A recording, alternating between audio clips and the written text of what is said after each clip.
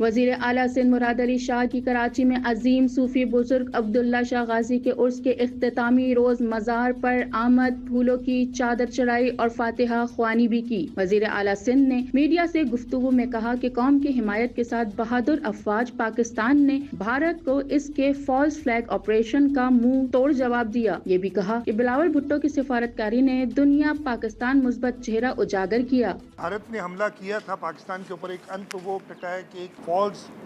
Flag operation کے تحت، اور کچھ ہی دنوں میں بھارت کو پتہ چل گیا کہ جب پوری قوم ساتھ ہوتی ہے اپنے مسلح افواج کے پیچھے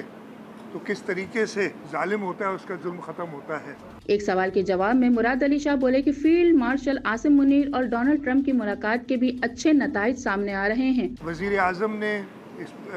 ملک کی حکومت نے ان کا انتخاب کیا کہ وہ ایک ڈیلیگیشن لیڈ کریں جو امریکہ گئی، یورپ گئی، اور جس مؤثر طریقے سے چیئرمین بلاول بھٹو زرداری صاحب نے وہ موقف پیش کیا، اس سے پورا سینیریو، دنیا کی جو سوچ تھی، جو بھارت کا پروپیگنڈا تھا، وہ ملیا میٹ ہو گیا۔ کل ہی جو ملاقات ہوئی ہے فیلڈ مارشل سید عاصم منیر کی پریزیڈنٹ ڈونلڈ ٹرمپ سے، اس کے بھی بڑے اچھے نتائج، اور جو اس کی آئی ہے فیڈ بیک، جو رپورٹ آئی ہے، وہ آپ سب نے دیکھی ہے۔ وزیر اعلیٰ سندھ نے اعلان کیا کہ بلاول بھٹو زرداری بیرون ممالک کا کامیاب دورے کے بعد 20 جون کو کراچی پہنچ رہے ہیں، جہاں ان کا شاندار استقبال کیا جائے گا۔